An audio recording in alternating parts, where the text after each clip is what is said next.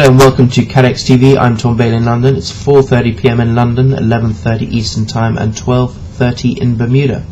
Today in history, well, historically the 12th of May has been quite a quiet day. In 1792, a toilet that flushes itself at regular intervals was patented, and today in 1997 a tornado narrowly missed downtown Miami. And now to the news.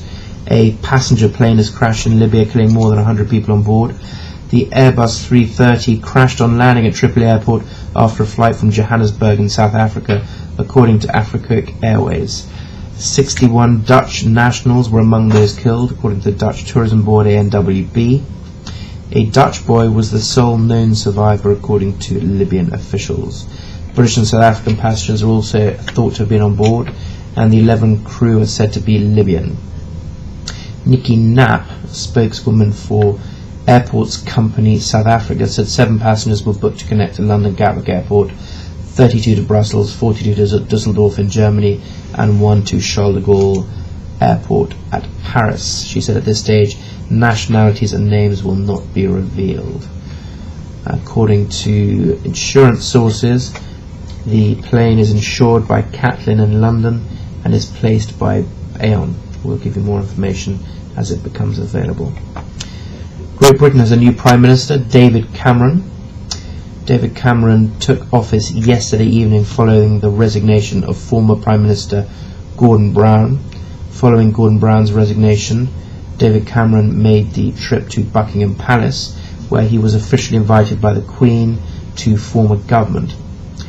Following last Thursday's inconclusive UK general election, where no party gained an outright majority, David Cameron has formed a coalition government in partnership with the Liberal Democrat Party, whose leader is Nick Clegg. Nick Clegg will become the Deputy Prime Minister.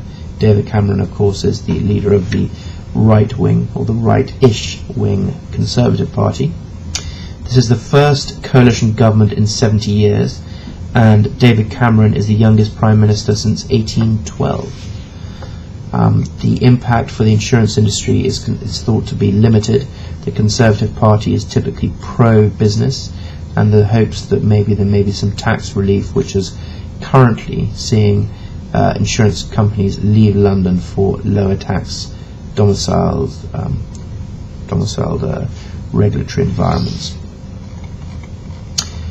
British Petroleum, the UK-based energy company, has begun lowering a second containment box into the Gulf of Mexico in another bid to stop the weeks-long oil spill. Ken Salazar, the US Interior Secretary, said it will be clear by Saturday whether or not the box has worked. The first containment box was lowered into the Deepwater Horizon rig last week, but small ice crystals formed inside it. The build-up of the crystals made the box too buoyant to stay in place. The new box is smaller, so less cold water can accumulate inside and freeze. It also has a system that allows engineers to pump in methanol, a chemical which can be used as antifreeze. If the second box fails, BP officials say they will try shooting debris like golf balls and shredded tires into the rig's pipes in the hope of clogging the well. Doesn't sound very scientific. BP is also drilling a second well to divert flow from the Deepwater Horizon rig. The company says that it will take months to drill down the 5.5 kilometres into the oil reserves. A spokesman said the relief well has currently been drilled to about 3,000 metres. The oil spill started on April the 20th after the rig exploded, and more than 5,000 barrels of oil per day are believed to be pouring into the Gulf of Mexico, threatening wildlife and water along the coastal beaches and wetlands. Executives from BP, Transocean and Halliburton were yesterday questioned by a US Senate committee investigating the oil spill. They, of course, all blamed each other for the failures. The Egyptian Parliament has voted to extend the state of emergency, which restricts constitutional protections and grants police extensive powers for a further 2 years. According to official MENA news agency, yesterday, the People's Assembly approved by a 308-member majority the presidential decree to extend the state of emergency for a period of 2 years. A reported 103 MPs voted against the controversial law, which has been eased by the government for the first time after 29 years of continuous implementation.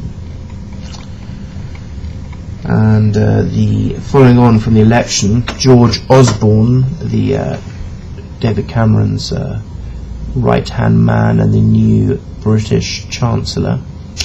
His radical plan to scrap the Financial Services Authority, which regulates the insurance industry, has been sacrificed as part of the Conservative Party's compromise with the Liberal Democrats. The city watchdog, the FSA, whose powers the Tories Conservative Party had planned to carve up, will survive intact. Instead, the plans emerging from negotiations are expected to be announced later this morning, include the imposing of a committee ultimately responsible for financial stability that will sit above the FSA, which is the Financial Services Authority. The committee will comprise of senior directors from the FSA, the Bank of England and independent experts. It will have powers to intervene over the head of the regulator if it decides there is too much risk building up in the system. And finally today, North Carolina has expanded its hurricane cover with an extra layer of risk. Johnson Re, the U.S. Hurricane Catastrophe Bond for North Carolina Joint Underwriting Association and North Carolina Insurance Underwriting Association, closed on Monday at $305 million. Munich Re America purchased reinsurance from Johnson Re in a two-note transaction, transforming the proceeds of the bond issue into a reinsurance agreement for the two North Carolina associations. Insurers and reinsurers use cat bonds to transfer capital market investors major risks on their books, such as for storms and earthquakes, freeing up capital to underwrite new insurance business. Johnson Re Limited, a Cayman Islands company, adds another layer of cover to the 2009 transaction. Parkton Re, which is a $200 million cat bond program issued by Swiss Re, which marked the first time a U.S. collective insurance pool had accessed the capital markets for hurricane risk. Well, that's all from us today. We'll be back with you at the same time tomorrow. Until then, thank you very much and goodbye.